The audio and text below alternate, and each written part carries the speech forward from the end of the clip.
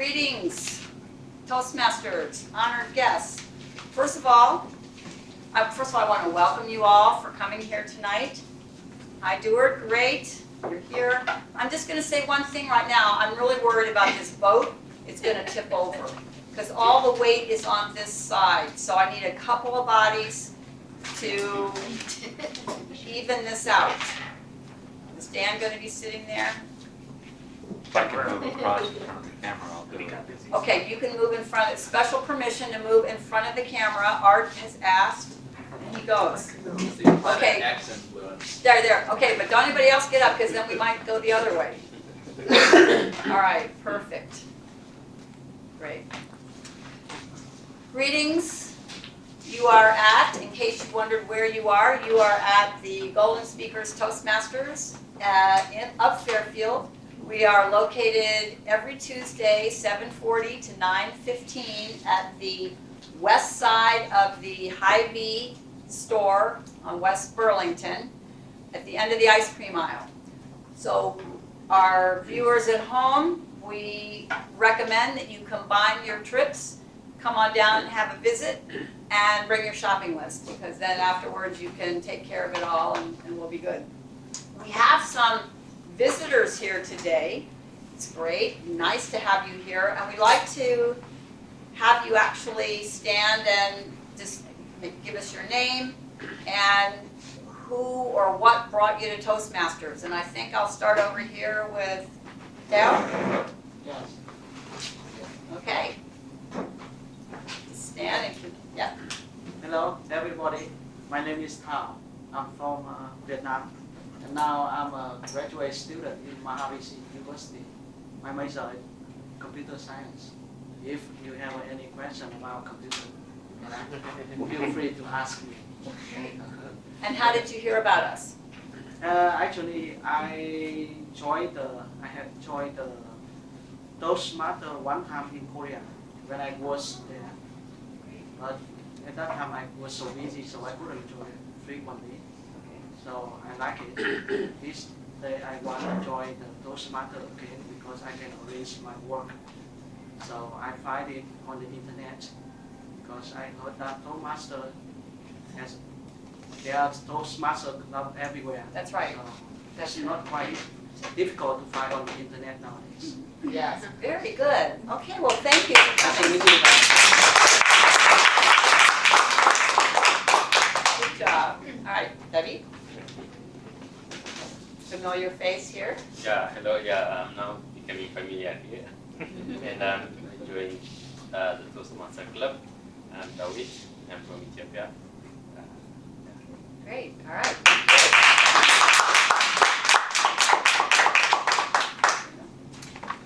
I'm Susanna McCann, and I've heard of Toastmasters for years.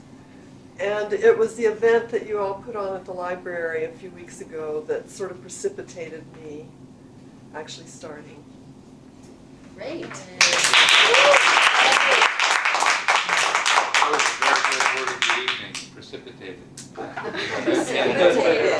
Well, Used that way. we've got a word though. I mean, I know, we should put it in the reserve for the future. follow up, the backup, Right. the also ran. Okay, great. No, for future use. Yeah. Well, good job. Okay. Thank you. See, you're already participating. Moving over to this side, we have Mr. Forsythe. Go ahead. Tell us your name. What brought you here? Should I look which way? Oh, just kind of look around. We'll get used to that. Yep. My name's Damian Forsythe. I was raised here, but now I am a cannabis consultant in Colorado. I was referred here by my mother, and there's a lot more detail there, but I'll leave you to imagine the rest.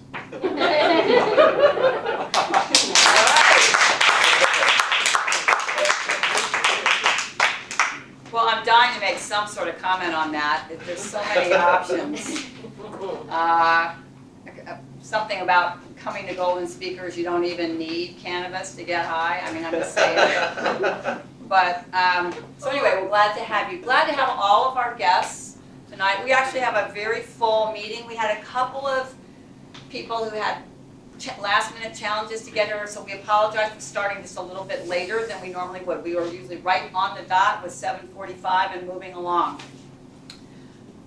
So with that, I want to say one thing. I want to say our mission of our Toastmasters Club, since we do have guests here. A mission of a Toastmasters Club is to provide a mutually supportive and positive learning environment in which every member has the opportunity to develop oral communication and leadership skills, which in turn foster self-confidence and personal growth.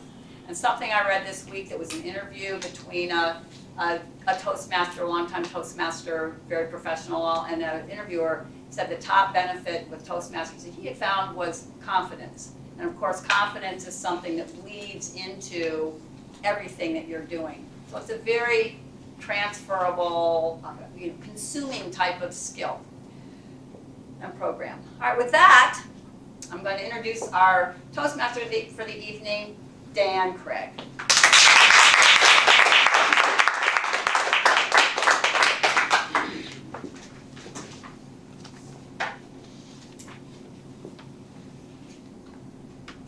Fellow Toastmasters, honored and distinguished guests, viewers at home.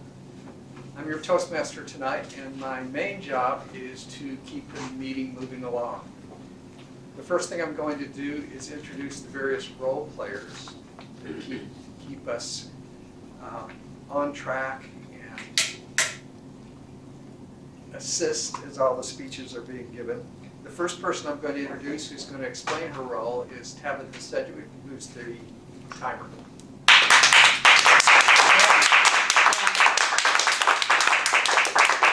Good evening, everyone. So tonight I will be timing all of the speeches. We have 4 speeches tonight, and they're all going to be 5 to 7 minutes long.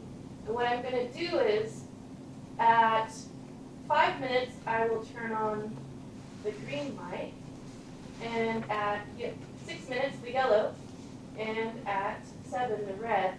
And then the speaker will have 30 seconds after that to finish. We'll also have table topics. Those will be 1 to 2 minutes. And the light will come on at 1 minute, the green light, yellow at 1.5, and red at 2. And we will have evaluators at the end of the night. Those will be 2 to 3 minute long speeches. Green light at 2 minutes, yellow at 2:30, and red will be at 3 minutes. And then I will give you a report at the end of the night. Thank you.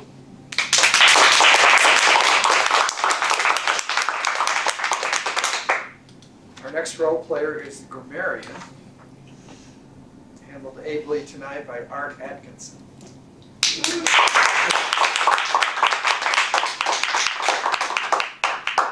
The grammarian has a twofold role. One is to listen for and record particularly beautiful use of English, or perhaps awkward use of English, and to comment about those at the end of the meeting in the report. The other is to choose a word of the evening, which we will then listen for and record anyone who uses the word and how many times, and we will vote for the champ. The word of the evening tonight is vapid, which is a word that means intellectually not stimulating or not challenging, just kind of sort of tasteless intellectually. An example sentence would be, that was a tuneful but vapid piece of music. So I'll be listening for your use of the word vapid and your use of English and reporting at the end of the meeting. Thank you.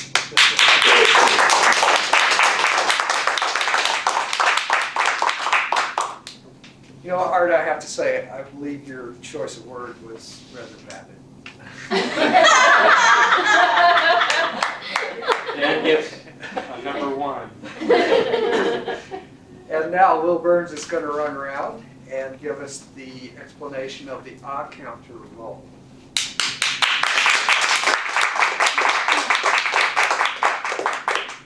Thank you, Dan. As odd counter, my job is to keep track of filler words. These are words that really don't add to our message. They actually detract from it and reduce the power, potency, but they definitely enhance the vapidity of our statements. I use it. And these are words like like, you know, so, but, and, tongue clicks, which, can I have a demonstration here from the audience? Somebody want to do a tongue click? A Xerox or a false start. And I will give a report at the end.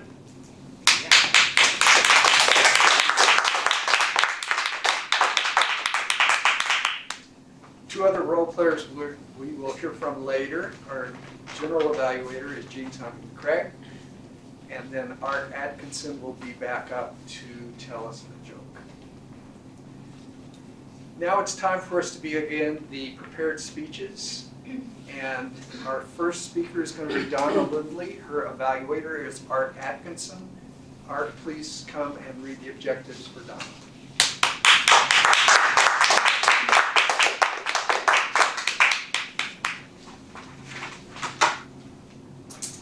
So, good evening, Toastmasters, guests, viewers at home. You're going to see a lot of me this evening. Right now, my job is to tell you something of the project that Donna Lindley is about to do. She's doing project number 2 from the Competent Communication series. This project is called Organize Your Speech. Let me read you the speech objectives from the manual. She's to present us a talk that is organized in a manner that leads us to a clearly defined goal.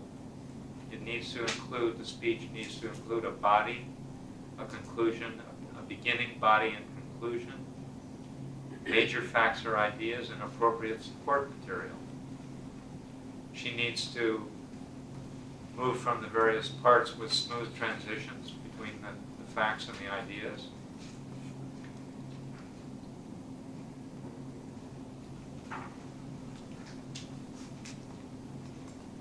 Donna Lindley's title tonight is Fear, the Final Frontier.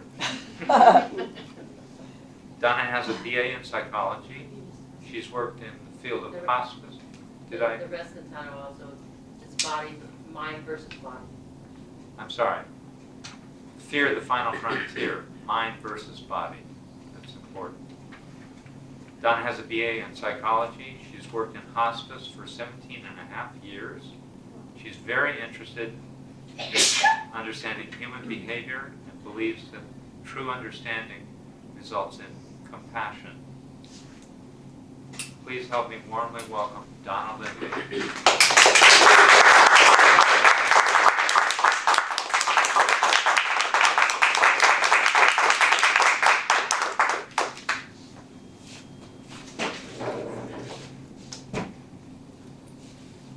Good evening, fellow Toastmasters, guests, and people at home.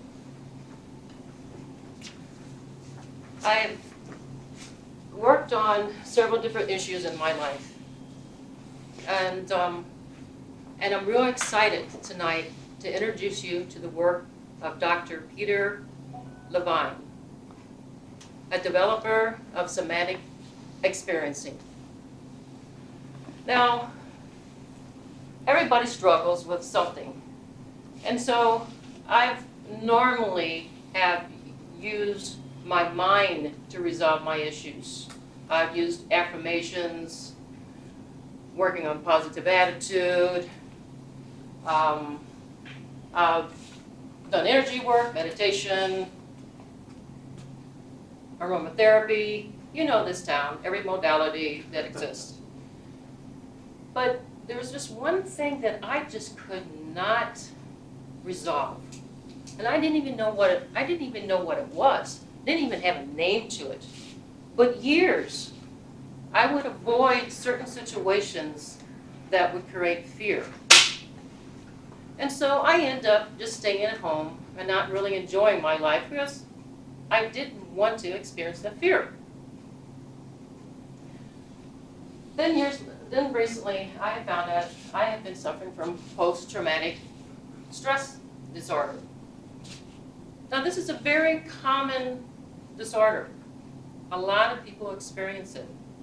Now, mostly we hear veterans experience it, but people who've had major car accidents. I'll give you an example. A friend of mine 3 years ago had a car accident. Now, she will not drive anywhere else now besides in the local streets of Fairfield. I had first time I even experienced or even realized it even existed was my professor taught statistics and experimental psychology. And he owned a little bar, and we would go and hang out with him. But if there was a sudden loud noise, he would just freak out. He had a gun that was under his bar, and he'd grab the gun, and he would just like aiming at anything that he thought was in danger. So post-traumatic stress disorder is, I thought I had to work with my brain. But what I found out from Dr. Peter Levine, that it's actually lodged in the body.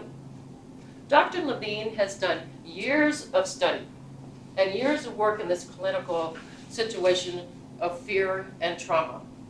He has trained and has associates that work with people that are in NASA before they go up in the shuttle. You can imagine that would be a huge claustrophobic situation there.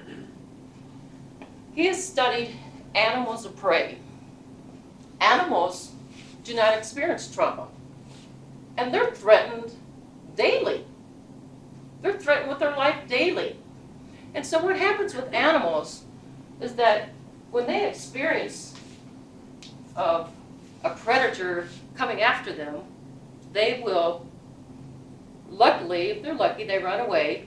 They find a safe place, and then their body will discharge this energy, because it takes a huge amount of energy to be able to fight, flight, or freeze to get away from what is endangering you. And so the animal will shake, they will tremble, and they will have this spontaneous breathing. And after a while, when all this energy is discharged, their body is reset, they come back to equilibrium, they're out running around again, playing with their playmates, they're out resting, enjoying the sun. Now, human beings have that same ability. But what human beings have that animals don't have, that we have rationalization. So when we feel that fear, our body gets tense, we're, oh my God, I'm feeling all this fear, I'm uncomfortable with this sensation, we judge ourselves. And according to Dr. Levine, what happens is that we don't get this full ability to experience that fear. We stop it at the moment it happens. We freeze. And so it lodges in the body, and it becomes trauma memory. And so anybody with the post-traumatic stress disorder, anytime they are experiencing some similar situation, that they had fear that originally created this fear, they re-experience it every time that is something similar to it. And they will do at all costs to avoid that situation. So Dr. Levine has therapy that helps to recreate a new memory in the body and helps release the old memory. I just want to say it changed my life. It's obvious it changed my life. I'm here right now. It's a miracle that I'm talking in front of people. It's a miracle that I'm actually going out to several different places. His therapy is simple and easy. And I would really encourage, if you know anybody that's had any type of trauma in their life, I would truly encourage you to look up his work. It is amazing. And one of the starting point I would suggest would be his YouTube on slinkies. It is totally amazing. It's all about energy in our body, where we're keeping it and where we're holding it, and where we're able to release it and be free. I'm just very thankful, and I'm so glad that I know about his work. Thank you.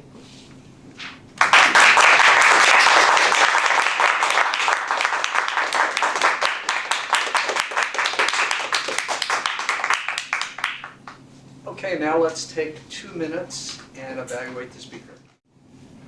We're back. Now it's time for our second speech. Our speaker is going to be Andal Krishna. Her evaluator is Jean Symington Craig. Jean, if you'll please introduce the speech and read the objectives.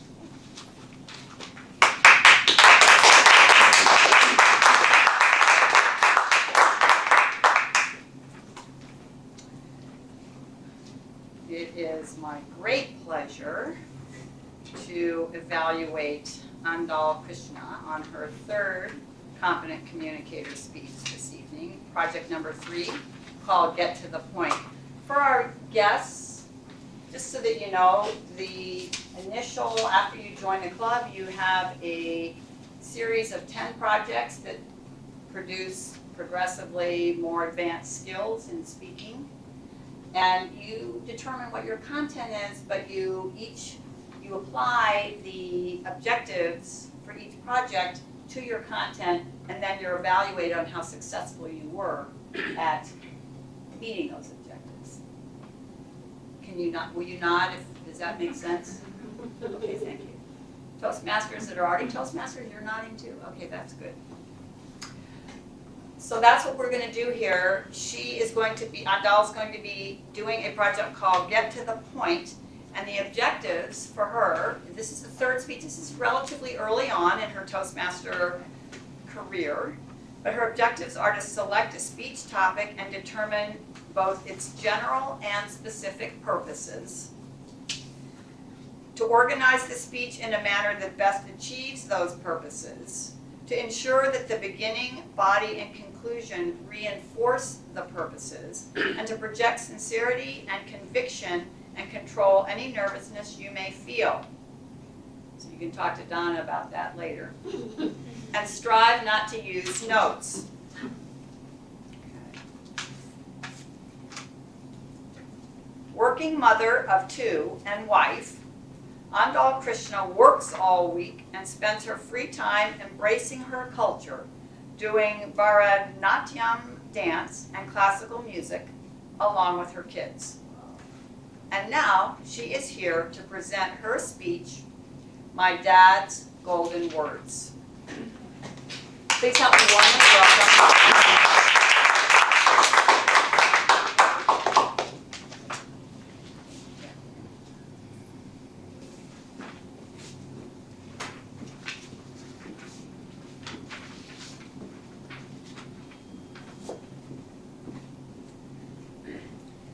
Where there's a will, there is a way. He who resolves upon doing something by that very resolution often scales the barriers to it and secures the achievement. Good evening, Toastmasters, guests, and viewers at home. Looking back to my childhood days, when my father got me admitted in kindergarten, before I get started, I must introduce my father. He was working in the Indian Air Force, and he was a very strict officer at work and at home. The children of the officers in armed forces had the privilege to go to Kendra Vidyalaya schools in India, which was branched all over India, followed the same syllabus, no fees, and one of the best schools, just like the public schools here. If any one of you had visited India would know, in any public service offices, you will have to wait in long queues. Of course, the highly populated country.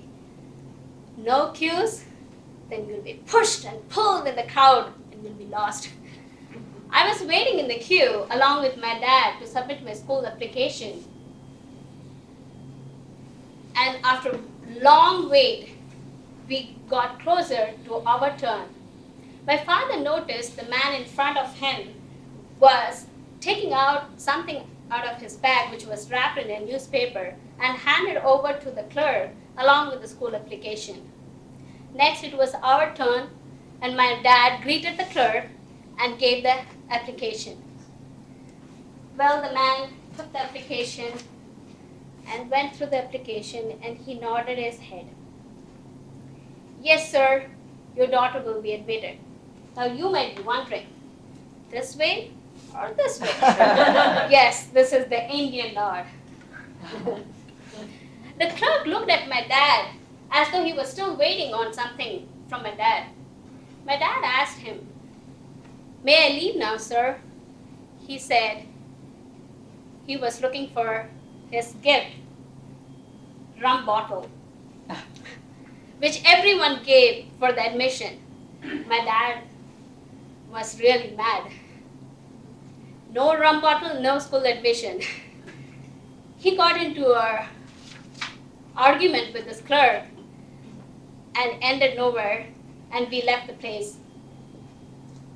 Not knowing what he was going to do next, because we had just moved in the new town. Later, he found out this prestigious school named the Bond School in Devlali, which is in Bombay. And this school was meant for wealthy kids, and the school fees was so high that we couldn't afford them. My dad went and met the school principal, and knowing that my dad was working in the armed forces, the school principal exempted 75% of the school fees and got me admitted. So I learned from my dad that being sincere and doing the right thing at the right time would open new doors. And my dad taught me the golden words: where there is a will, there is a way. I went to public school, and after every 3 to 4 years, my dad would be posted to a different unit. And we had moved from one state to another. And since then, from kindergarten to 12th grade, I changed 7 schools. In India, each state has different culture, different language, and a different syllabus, especially with private schools. And facing all the challenges, I had to learn new syllabus and then language, and I had a lot of struggle to get myself accommodated and to the new environment. Well, I was always reminded by my dad, where there's a will, there is a way. And that's what kept me moving forward with all the challenges that I had to face in my school days. Moving fast forward to my college days, after my graduation, I had applied for my master's in zoology department in Holy Cross College. And it was 1900 miles away from where I lived. By the time I moved to the new place, the college admission was closed and I was turned down. I was so persistent and determined that I had to meet the head of the department, Mrs. Mandlin, and I hoped that if I met her, I could get admitted in the college. And I went to college every day with the hope that I would meet her. After 3 weeks, I finally got a chance to meet her, and I expressed myself how much I really wanted to join the college. She very politely listened to what I said, and she said, "I truly appreciate your interest. Unfortunately, we are full." Though our conversation really didn't move forward in a positive manner that I hoped, I left. After 2 months, a man came to my house and he said he was coming from Holy Cross College and Mrs. Madeline had sent him. And she wanted me to immediately meet her. Reaching her office, I learned that one student had dropped out and she offered me that seat. Not any college would do so, but enough persistence can make an impossible situation become possible. That reminded me of the golden words that my dad taught me. Where there's a will, there is a way. I salute to the principal and the professor and the teachers that did the right thing at the right time and brought changes in my life. Now you all know the golden words. Let's all repeat together. Where there is a will, there is a way. Thank you.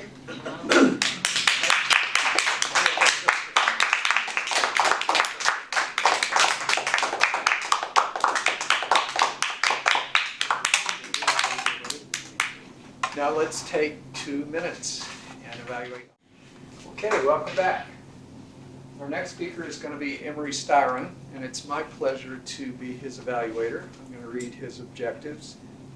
He's doing project number 9 in the Competent Communicator Manual, which is called Persuade with Power. The objectives of this project are persuade listeners to adopt your viewpoint or ideas or to take some action.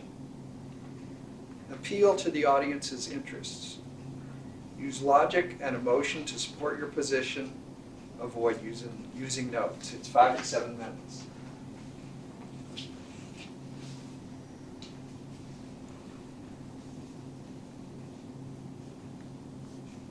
Emery Styron is a journalist who lives in Mount Pleasant. He and his wife Virginia have raised 6 children and had had no success in getting them to take shorter showers, but he's still trying to save water. Please, let's welcome Emery Styron. Thank you, Mr. Evaluator, and good evening, our many guests, our viewers at home, and you, my friends and fellow Toastmasters. Back in the hippie days of the 1970s, I used to see day glow orange buttons about the same color that said, "Save water, shower with your steady." Steady girlfriend, I took that to mean. I don't really know if that would save water. But it was an interesting idea to me and kind of funny.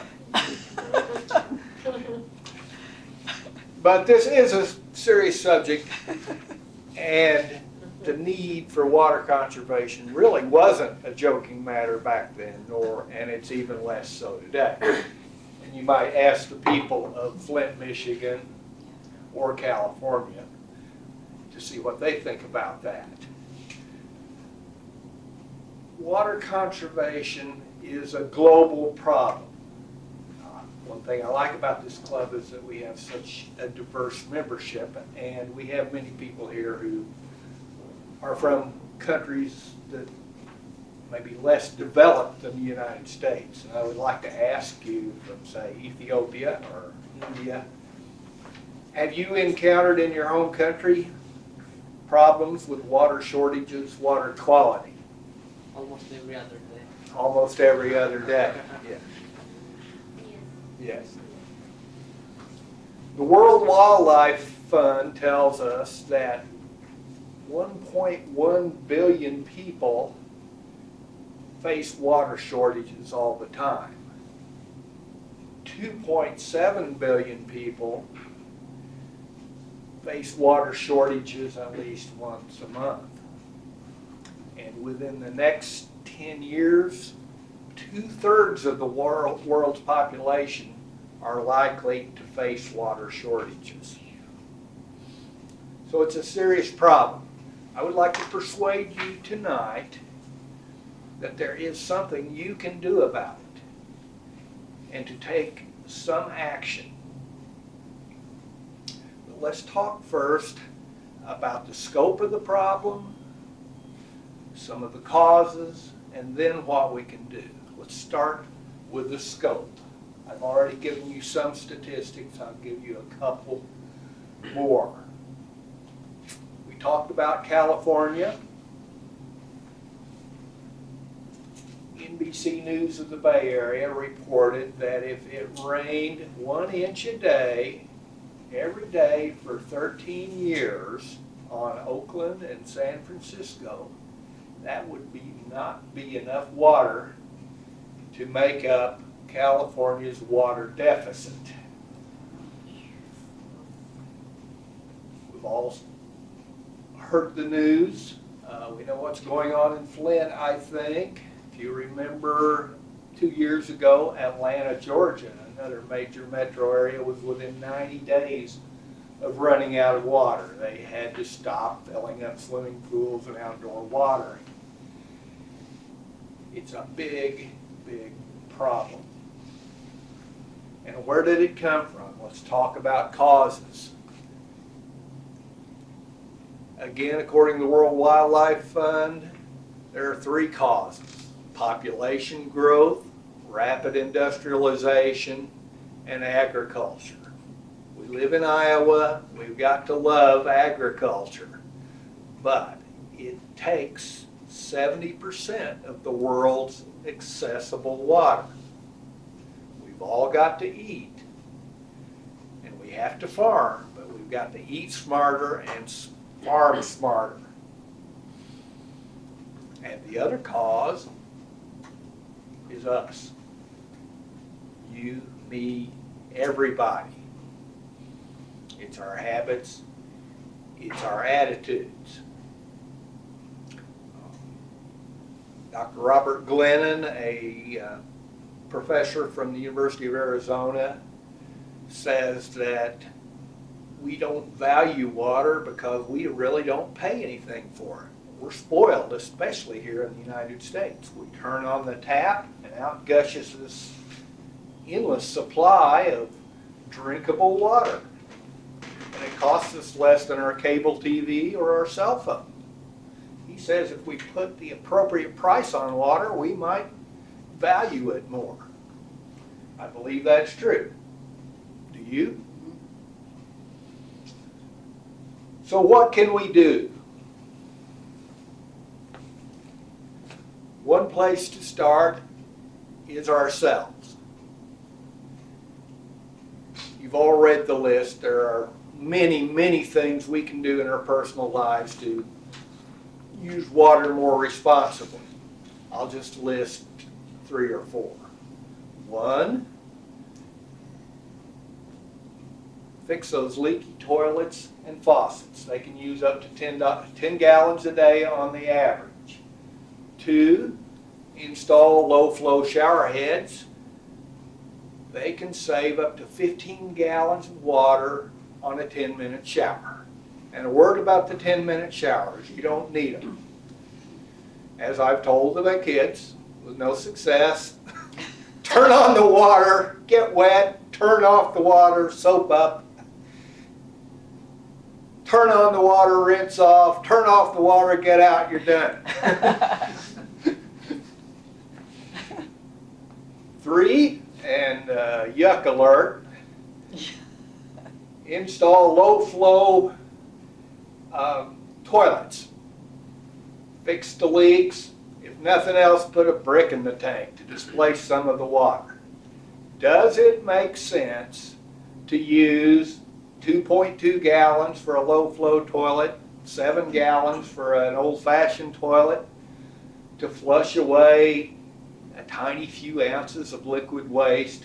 I think we're a smarter country than to do that. It needs to change. And the last thing,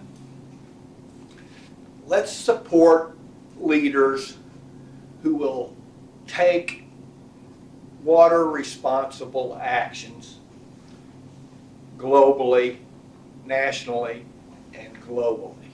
Let's all work together on this so we don't have to live on a thirsty planet. Thank you.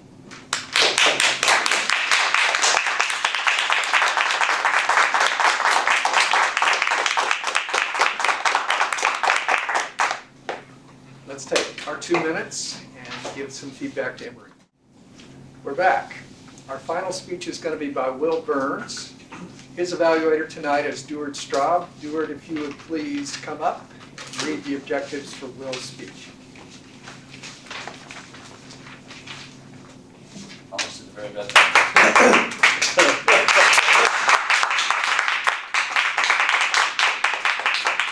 Greetings, fellow Toastmasters, guests, and viewers at home. I almost walked up the aisle. We must never do this. Causes Dan much frustration. I almost appeared vapid, and it's one of the nice things about coming to Toastmasters. I've yet to meet a vapid member. They simply do not join. Will Burns is delivering speech number 2 from the Speaking to Inform manual. His objectives are to analyze your audience regarding your chosen subject, focus your presentation at the audience's level of knowledge, build a supporting case for each major point using information gathered through research, and effectively use at least one visual aid to enhance our understanding.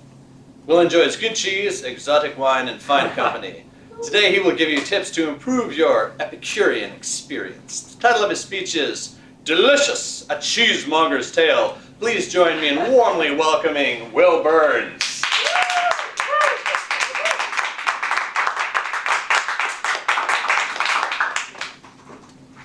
Thank you, Stuart. I had gone over in my head what I was about to encounter at the Des Moines Beer, Wine, and Food Expo at the Des Moines International Convention Center. I knew I would be exposed to local wines and exotic wines from around the world, brought in by our hardworking distributors. I knew I would encounter beer from craft breweries springing up all over the Midwest. And I knew that I would encounter food from the hottest restaurants in Des Moines. What I wasn't prepared for was the cheese. Cave-aged, artisanally made, with cows that were free-range, grass-fed, happy cows. I didn't want to leave, but finally it was obvious that if I wanted to ride home, and I didn't want to spend the night in Des Moines, I had to leave, and it was time to go. Tonight I will speak on 3 regal cheeses, give you a little bit of a history of each one of them, and also give you the opportunity to experience something you may not have experienced before. Our first cheese is the master and commander of the UK cheese market, with 51% of all cheese sales in the UK. And has managed to stake a claim in our own hearts, with the second most popular cheese in the US outside of mozzarella. Cheddar cheese originated in the small town of Cheddar in Somerset, southwest England. It benefited from access to the Cheddar Gorge, which contained caves, providing the ideal humidity and steady temperature to mature fine cheddar.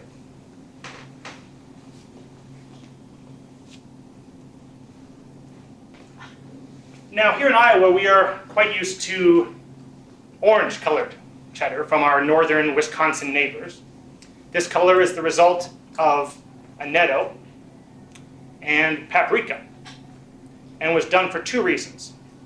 It was done to stimulate the appearance of high-quality cheese from Guernsey and Jersey cows that often have a higher beta-carotene content in their milk, and was also done as a marketing ploy to differentiate the superior Wisconsin cheddar from those pale imitators over in New England. Granted, that statement is controversial. I'll let you make up your own mind.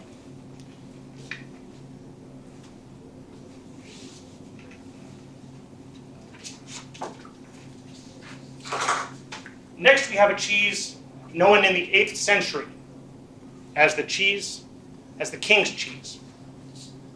And later on, after the French Revolution, as the cheese of kings. This cheese is Brie, so named from the little town from which it sprung in northern France. And is known as a creamy, soft cheese. According to legend, the first Holy Roman Emperor, Charlemagne, had stopped at a nearby abbey where he was served this. Now, he actually took out his knife and carved away the white rind. However, the abbot informed him that he was free to eat it because it actually was edible. after which he tried it and commended it for its taste and character. One suggestion though, because this is a softer cheese, I recommend that you store this carefully and that you eat it in full. So please help me out here. Our final cheese is another one vying for the throne as the cheese of kings. I'm speaking of Roquefort, which is a white cheese with blue veins running through it. An interesting story, actually, it's funny. Charlemagne got around a lot and actually had a bit of an exposure here as well. Similar story. He was traveling, took out his knife, carved out the delicious blue portions of Roquefort before he was informed that actually he was supposed to eat that as well. Charlemagne did a lot in his life, but he was not known for being an intuitive curator.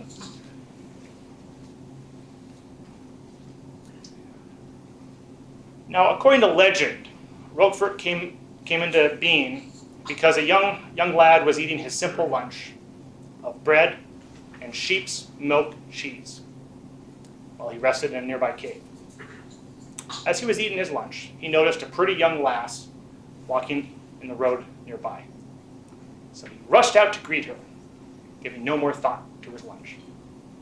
And it must have been a quite powerful conversation because he forgot all about his lunch, and at least for several months before he returned by that region to the cave, where the Penicillium roqueforti mold had turned his humble sheep's cheese into royal Roquefort. But U.S. cheesemakers who wanted to emulate their French counterparts had a problem. The Penicillium roqueforti mold didn't do too well here, and American blue cheese was plagued by quality problems. Now, it was the Maytag dairy farms here in Newton, Iowa, that pioneered, it was the Maytag dairy farms here in Newton, Iowa, started by the son of the founder of the Maytag appliance empire, using a herd of prized Holstein cows and a technique pioneered by two Iowa State University microbiologists to use homogenized cow's milk to make it rather than sheep's milk. This solved the quality problem and allowed the Maytag Blue to dominate the American blue cheese market. Today I've given you 3 cheeses, 2 from Europe, cheddar and brie, and 1 making quite an impression here in the United States. In a future episode, I will discuss a beverage that has fueled the ambition of empires. But for now, friends, Toastmasters, guests, go out and continue to enjoy a taste of the good stuff. Thank you.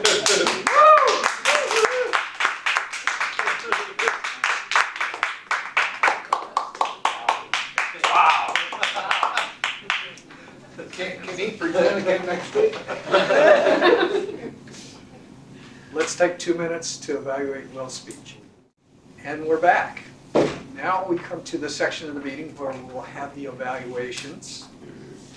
The leader of that section of the meeting is our general evaluator, who tonight is Jean Symington Craig.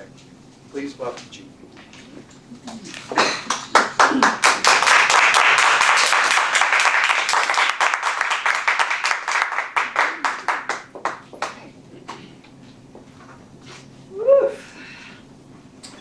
What a fun set of speeches we've had tonight.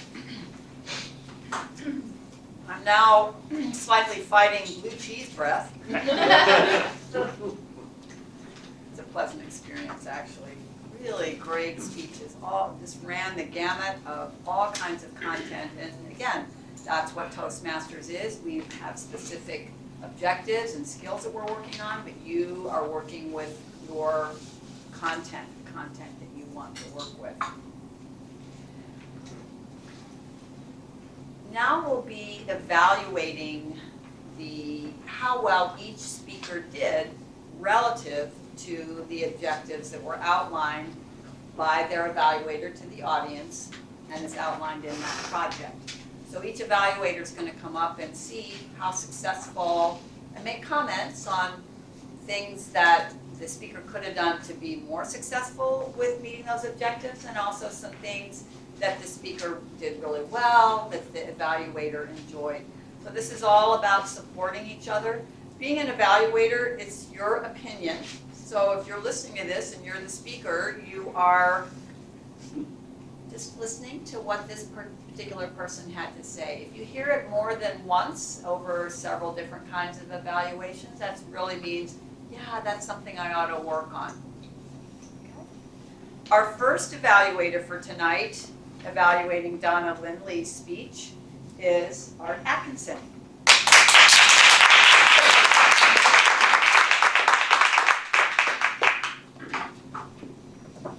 Thank you, Jean.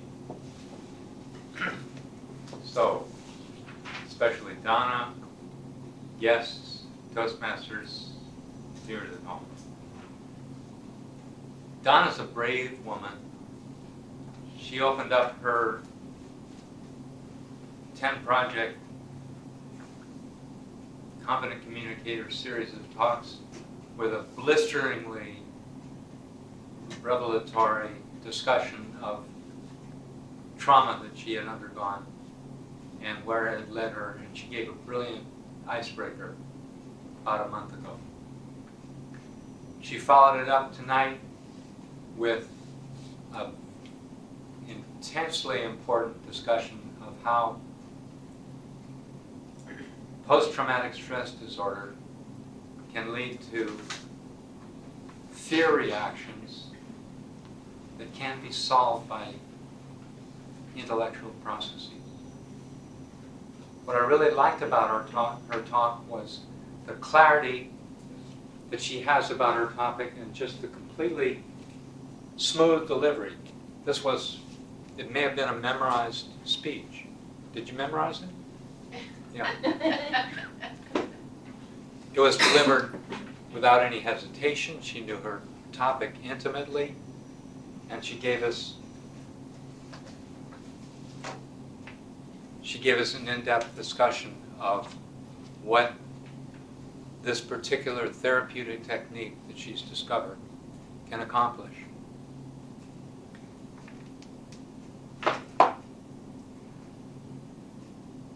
I really liked a couple of the gestures, particularly the bar scene with the fellow scanning around the whole room with the gun, looking for something that indicated danger. I liked the fact that she brought up the friend who would only drive on safe, known, familiar streets in Fairfield. One of my observations that I think that this talk could be improved, you've already demonstrated us that you can be very transparent about very difficult topics in your own personal life. But aside from mentioning that this therapy had helped you, you didn't actually make use of a personal story to illustrate how the process works and how it had benefited you. So here's the crux of my suggestions for improving the talk. The speech value, I've given you a satisfactory rating that the speech was valuable and relevant to the audience.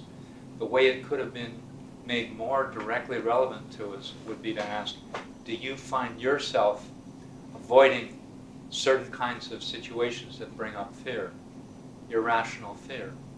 Or do you know somebody who exhibits that kind of behavior? That would have actually engaged us immediately in looking for where does this maybe show up in my life, making it relevant to us.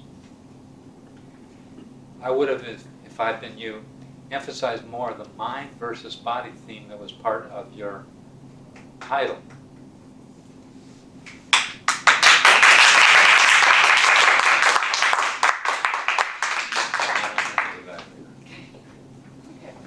Thank you, Art.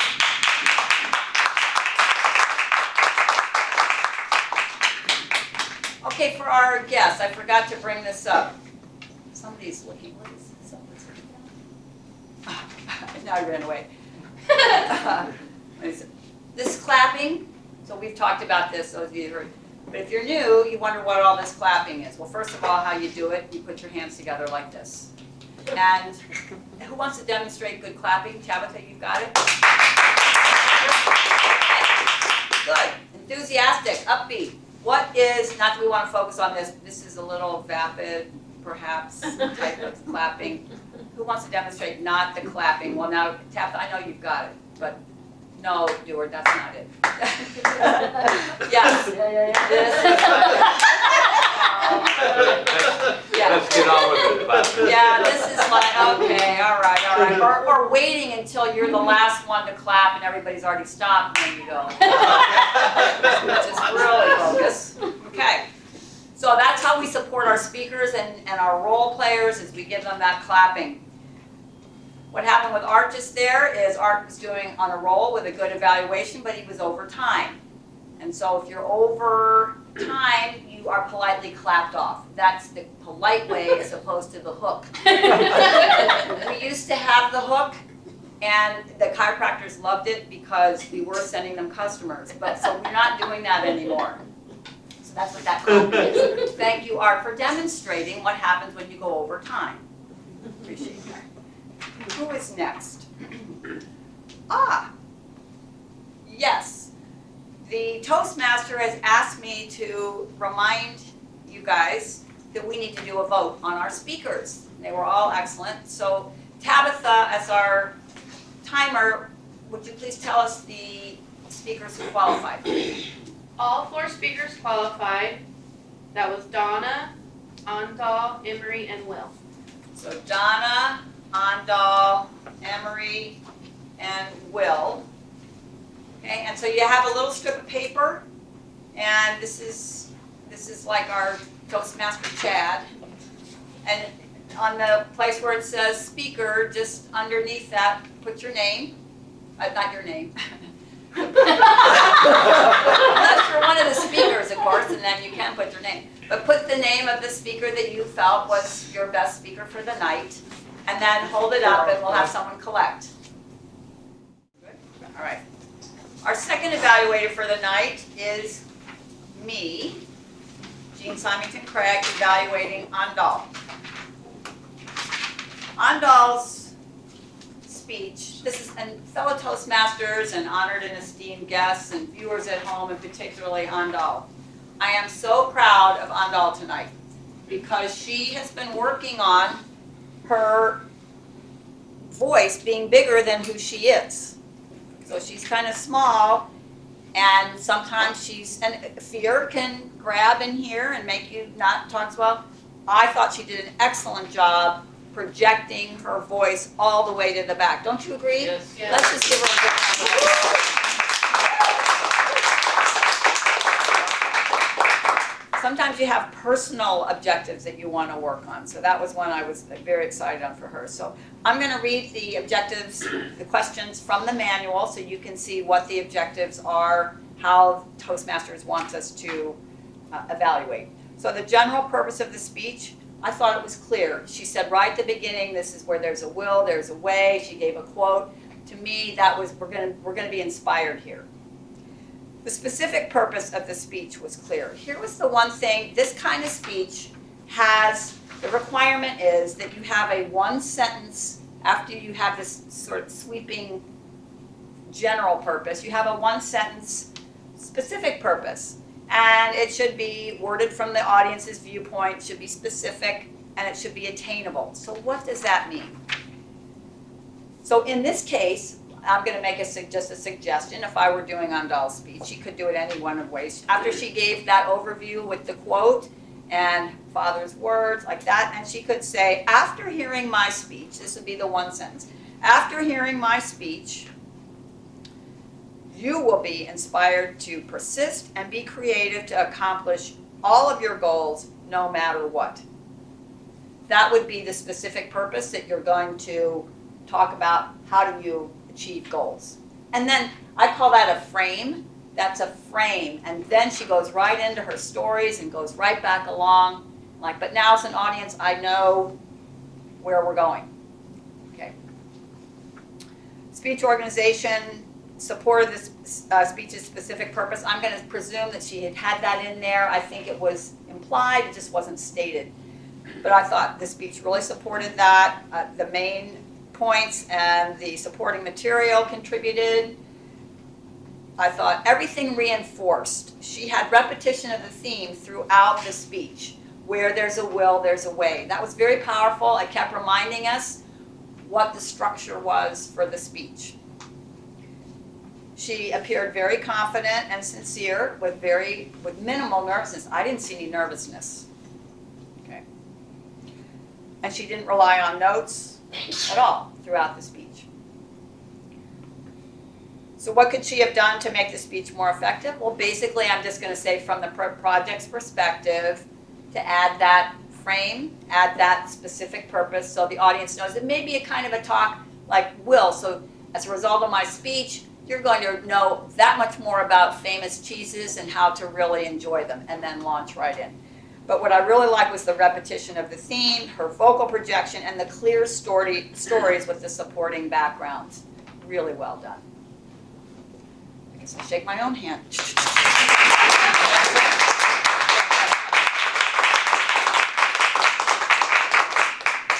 Okay. Our next evaluator is Dan Craig, who will be evaluating Emery Styron.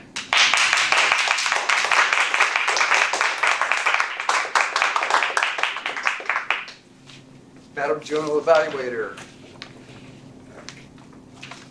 I'm going to go through the points in the manual which reflect the objectives which I read at the beginning for Emery's project. I'm going to go through several really quickly and then refer back.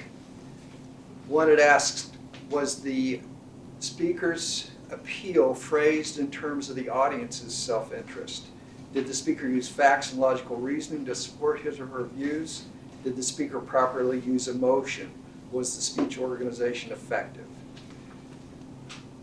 Emery did very well in all those points. The statistics that he used at the beginning were very powerful. When you tell me that in 10 years, 2/3 of the world's population is going to face water problems, that gets my attention. He gave us a number of statistics, many from the World Wildlife Fund, which illustrated how serious the problem is. I liked that he opened with some humor about sharing a shower, but then he said, it's a serious subject. And he gave us some statistics to show us how serious it is. I think particularly the strongest part of his talk was that organization.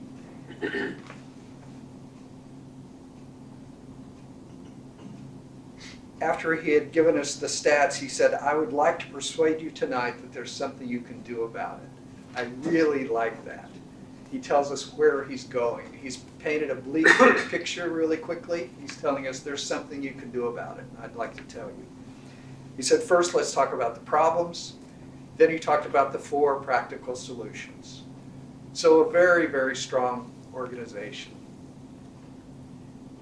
The suggestion that I have for Emery is in regard to the point about using emotion to persuade the audience.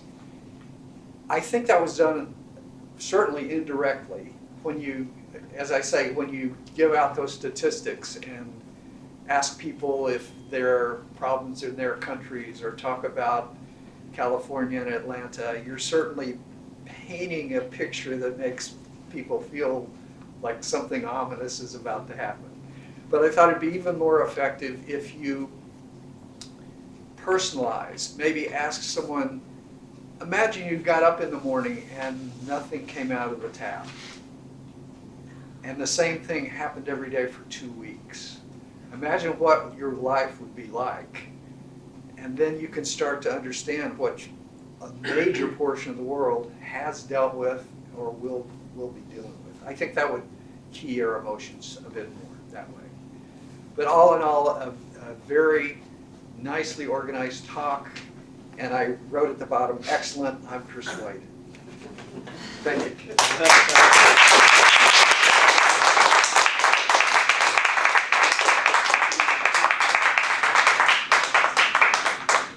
Okay. Imagine that you had a bunch of cheese. First. I have water, you don't. Okay.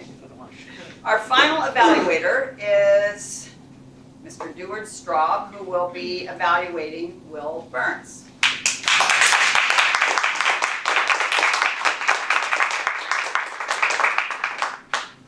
Greetings again, fellow Toastmasters, viewers at home, and guests. Delicious, A Cheesemonger's Tale! Isn't that a brilliant title? That was fun. I was there right after that moment. How well was the speech directed to the interests and background of the audience? He went right for our bellies, our hearts, and our minds. Everyone loves to eat and be warmed by the humor of history, great personages. Love resulting in the neglect of cheese that becomes magnificent. The story of Roquefort, that's fantastic. What methods did the speaker use to support his or her major points, and how effective were they? The history of cheeses, personages, and industries behind the production of one of humankind's favorite snacks was used very effectively to inform us about this great food and enhance our enjoyment of it. How did the visual aids enhance audience understanding? The visual aid not only pulled us more into an already pleasurable speech, we were completely won over because we were able to eat them! It's the best visual aid. How knowledgeable did the speaker appear about the subject? His knowledge of the subject is superior, and I will defer to him in all matters relating to cheese. I have only 2 suggestions to improve future presentations. Coordinate body language and spoken language to fully impact the audience with whatever presentation you give. And sustain speaking voice. Watch out for those moments when you drop. I only caught that once, but overall, absolutely excellent. Did the speech appear to be well researched? His thorough research on the subject showed me he has a great passion for the subject and a passion for public speaking. It is one of the best speeches I've ever experienced. I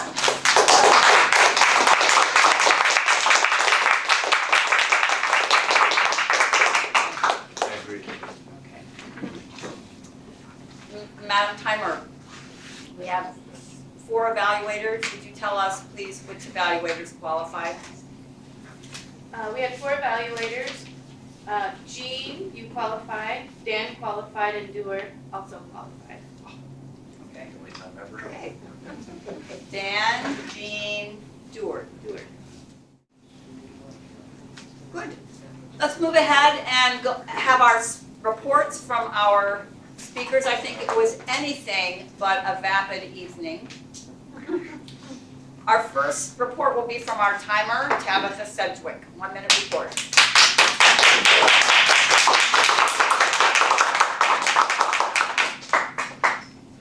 As Jean said, we had 4 speakers. Donna spoke for 6 minutes and 51 seconds. Andal for 7 minutes and 4 seconds. Emery for 7 minutes and 25 seconds. And Will for exactly 7 minutes.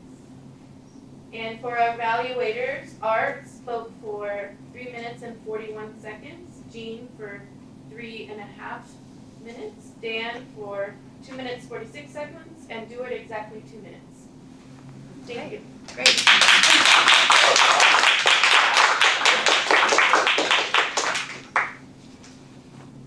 Our next role player would be our grammarian, Art Atkinson.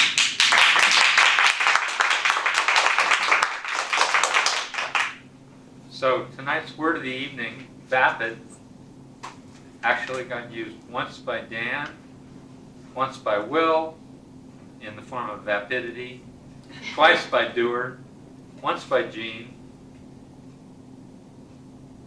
There was really no awkward English that I heard, and Dewar used reused the word cheesemonger, which I just thought is an incredibly thoughtful word.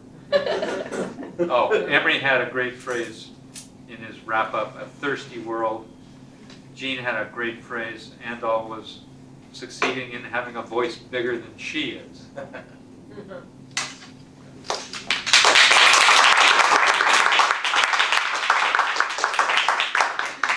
Thank you, Art. And for our guests, these are all roles that help us refine our skills. And also the person who's doing them is practicing listening. At the same time they're listening to the overall speech, they're listening to key elements. So it's working different muscle groups in your head. Also in your heart. Odd counter is Will Burns. Will give us our odd counter. Wow, that's... I'm surprised, Jean, after all these You months eat of your working out. cheese, don't you? You are eating your cheese, man. Wow. After all these months of working out, Jean. I know. I gotta eat more cheese. I got plenty more in my place. Come on over. Unfortunately, as strong as my speech was, my ah counting was not quite as powerful because of the just immense power of our speakers and evaluators. What I got was Donna with 1 so, 1 but, and 2 Xeroxes. Jean with 1 so, Emery with 1 so, and Dan with 1 but. And that's a short, concise, hopefully not too vapid report. Thank you.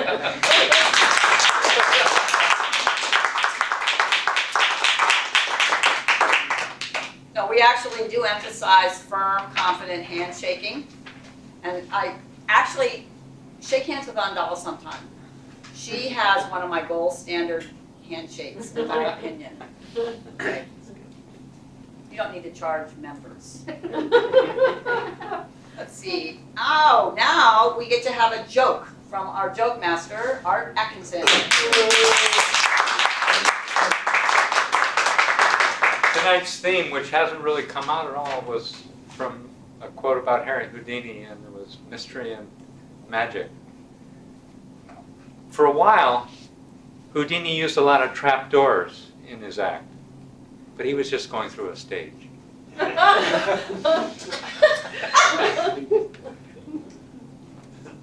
So it was the first day of the new school year in 4th grade. The teacher is interviewing the students. Asked one little boy, "What's your father's occupation?" "He's a magician, ma'am." "How interesting. What is his favorite trick?" "He saws people in half." Yikes! "Do you have any brothers and sisters?" "Yes, 1 half brother and 2 half sisters."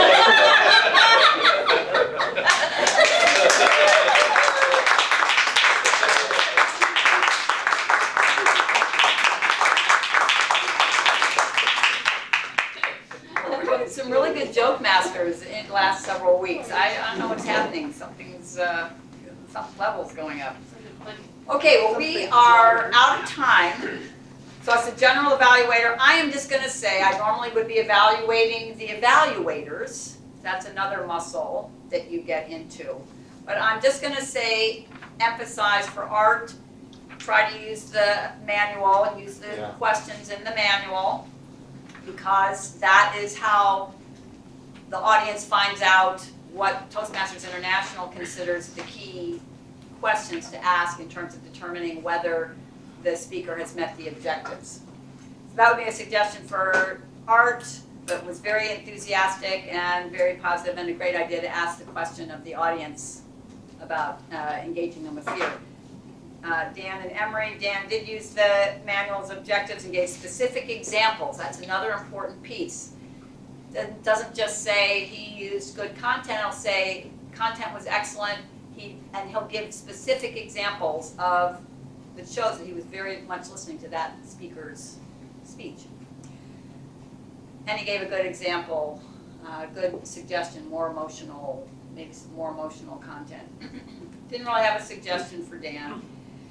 Deward, I kind of was spacing out by then. I think the cheese was catching up. But Deward he's always very enthusiastic. He had a good suggestion, which we always want to have, because everyone wants to know at least one thing that they can apply that will possibly help them advance the needle.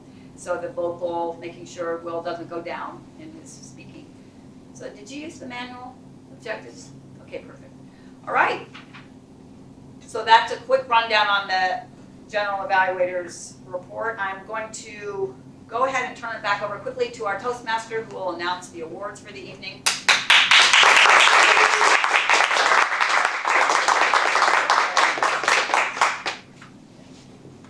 I'm sorry. All right. Now it's the exciting point in which we hear about our winners. First for our evaluator, could I have a drum roll, please? Best evaluator, Stewart. Hey.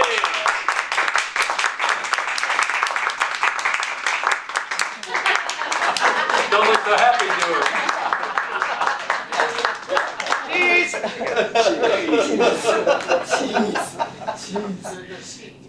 And now for best speaker. Will.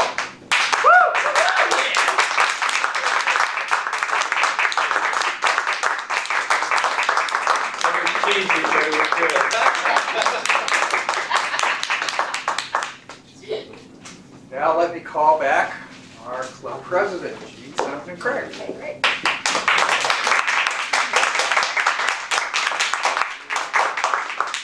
Thank you, Mr. Toastmaster. We're going to have just a really quick one-sentence comment from our guests on something that you liked about the meeting. How's that? Yeah.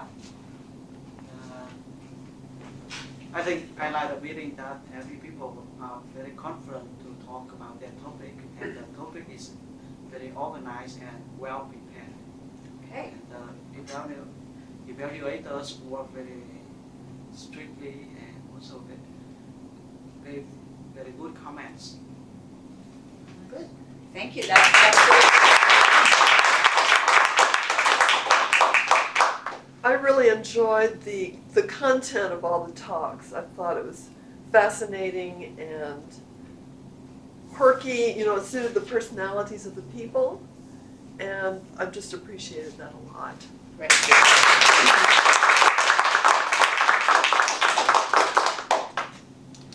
Damien? Cheese is good. Water is good. Solutions for PTSD are also good. And where there's a will, there's a way.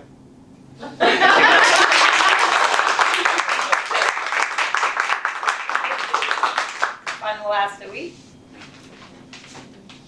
It was a very great time, and every speaker was they make a very good speech, and I really enjoyed it. Okay, great. When you become a member, the first speech that you give, I think we mentioned it, is an icebreaker, and that's just getting up here and you just a very short 4 to 6 minute talk. If you faint, we take you back. We have water ready to throw on you if Emery says that's okay. Yeah, there it is, right there. Bring you out. Sprinkle a little holy water. Yeah, so we take care of that. So anyway, that's how, and everyone keeps moving at their own pace. If you're interested in talking about membership, please see Emery over here. He is our Vice President of Membership. baptize you. Okay, Emery, we're like, okay. Very good. By the way, Emery drives over here every week from Mount Pleasant, so that is commitment. And he obviously looks, you can tell, he's a guy, he's not going to spend his time on something if it's not valuable. Are you falling asleep? Okay, very good. All right, I think at this point, next week is March 1st. We will have Rick back, that's our plan. I think we're just going to go ahead and let everybody go now since we're running a little bit behind, but thank you for coming. Really enjoyed the energy tonight. Meeting is adjourned.